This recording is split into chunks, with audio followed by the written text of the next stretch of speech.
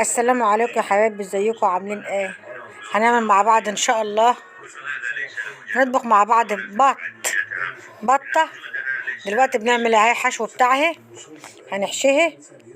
وبعد كده بقى بعمل البصل اهوتي.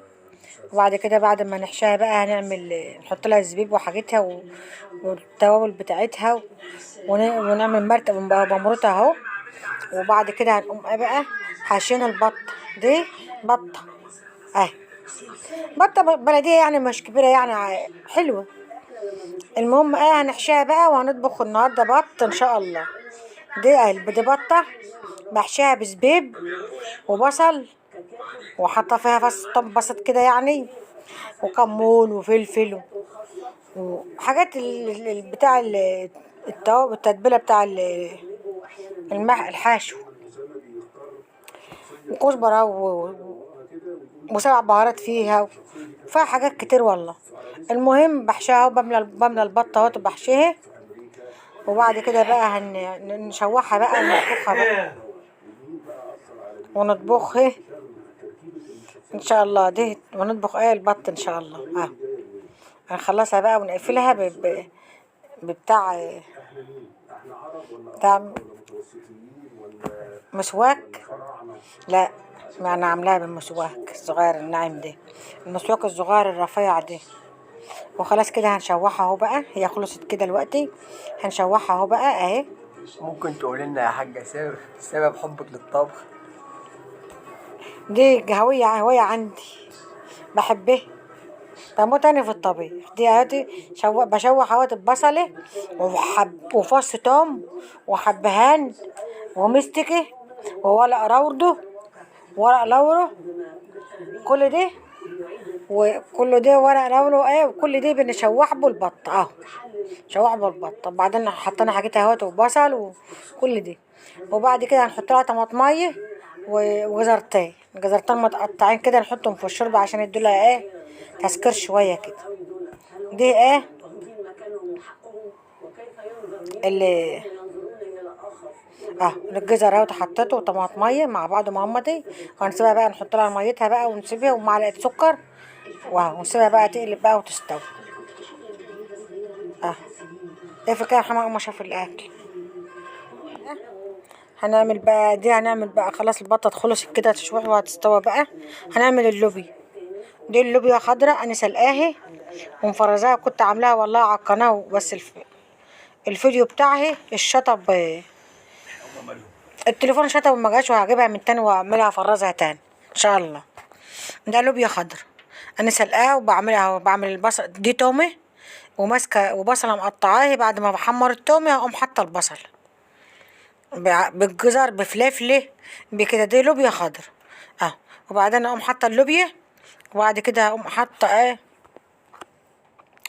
الطماطم. بس بعد شويه كده محمرها في اللوبيا، تحمرها شويه مع البصله والحاجه بتاعتها والثوم دي فلفله والبصل. دي فلفله والبصل حمرهم شويه، الطماطم اتحمر اهوتي، اقوم حطاهم بقى محمرهم مع بعضهم شويه اهوتي. وبعد كده هقوم حاطه اللوبيا. انا سلقه اللوبيا بس لازم ابقى اعملها انا بشوحها مع البصل والثوم والفلفله كده. دي فلفله يعني حاره شويه، مش حاره قوي يعني، شويه صغيرين. وبعد كده دي البطه بتستوي اهي، بتقلب اهي. لما تستوي بقى نطلعها نقوم محمرها. هوريها لكم برضه بعد ما تطحن. وبعمل اللوبيا بقى، بعمل اللوبيا اهوتي. خلاص اللوبيا اهاتي كده. هحط بقى اللوبيا دي الجزر، دي جزرايه مقطعاها وحطاها مع اللوبيا.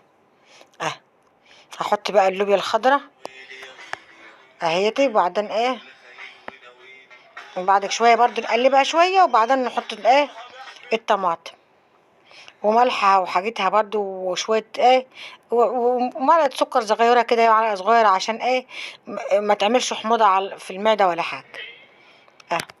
دي اللوبيا. وبعدين دي اللوبيا حطيتها، اللوبيا الخضراء.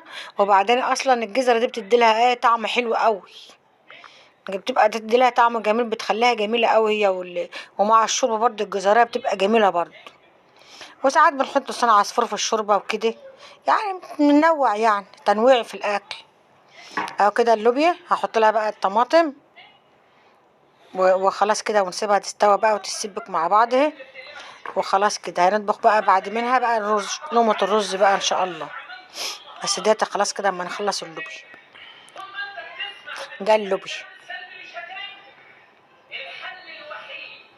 دي اللوبيا ايه. اما هحط لها الطماطم بقى. الطماطم اهي كده خلاص. اللوبيا بقى نحط لها بهاراتها وملحها وحاجتها، ونسيبها تتسبك بقى مع بعضها وبس. وخلاص كده لما تخلص بقى وتستبك هوريها هتنزل وهتشوفوها بقى في الفيديو. خلاص كده اللوبيا الوقت. يبقى لسه ايه الرز. هنطبخ الرز بس وخلاص. هنوريكم الرز برضو وانا بعمله برضو. هغطيها بقى واسيبها تتسبك مع بعضها بقى وخلاص. وبعد كده هنقوم عاملين ايه، مطلعين البطة بقى اما تستوي، نقوم حاطينها في ده الرز. ده الزيت بتاع الرز ده الزيت بتاع الرز. وبعد كده هنحط اما يتقدح هنحط الرز ونقلبه في الزيت، وبعدين نحط له الملح، وبعدين نقوم حاطين له الميه بتاعته ونسيبه بقى ايه ينشف بقى. وبعد كده نحط له شياطه. ودي البطه اهي بتستوي اهي. وخلاص كده ايه الاكل كده خلاص. هنحمر بس البطه بحمرها في الفرن يعني. بولع الشوايه. ده الرز خلص اهوتي نشف خلاص، وحطيت له شياطه عشان ايه تحت تهدي عشان يبقى ما يشطش يعني. ودي اللوبيا اهي. وخلاص كده ده الاكل كده بتاعنا وخلاص. هنعمل بقى ايه البطه، هنطلعها ونحطها بقى نحمرها تحت الشوايه ان شاء الله. بس كده دي اللوبيا خلاص خلص كده اهي. اهي بوريها لكم اهي بالمعلقه اهي. خلاص كده اللوبيا تمام كده. هنحط بقى هنشيلها بقى من على البوتاجاز هنطفي عليها بقى البوتاجاز وخلاص. والرز برضو خلص، والبطه برضو قربت تستوي وخلاص. وهنحمرها هنحطها في الفرن بقى تتحمر وخلاص. اهي اتحمرت اهي. وكده خلاص. واشوفكم ايه ان شاء الله في فيديو اخر. ما تنسوش بقى الاشتراك في القناه وتفعلوا الجرس ولايكات بقى، وتسمعوا الفيديو للاخر. واشوفكم في فيديو اخر يا حبايبي، والى اللقاء في فيديو اخر ان شاء الله. مع السلامه في رعايه الله وامن. باي باي. خلاص كده البط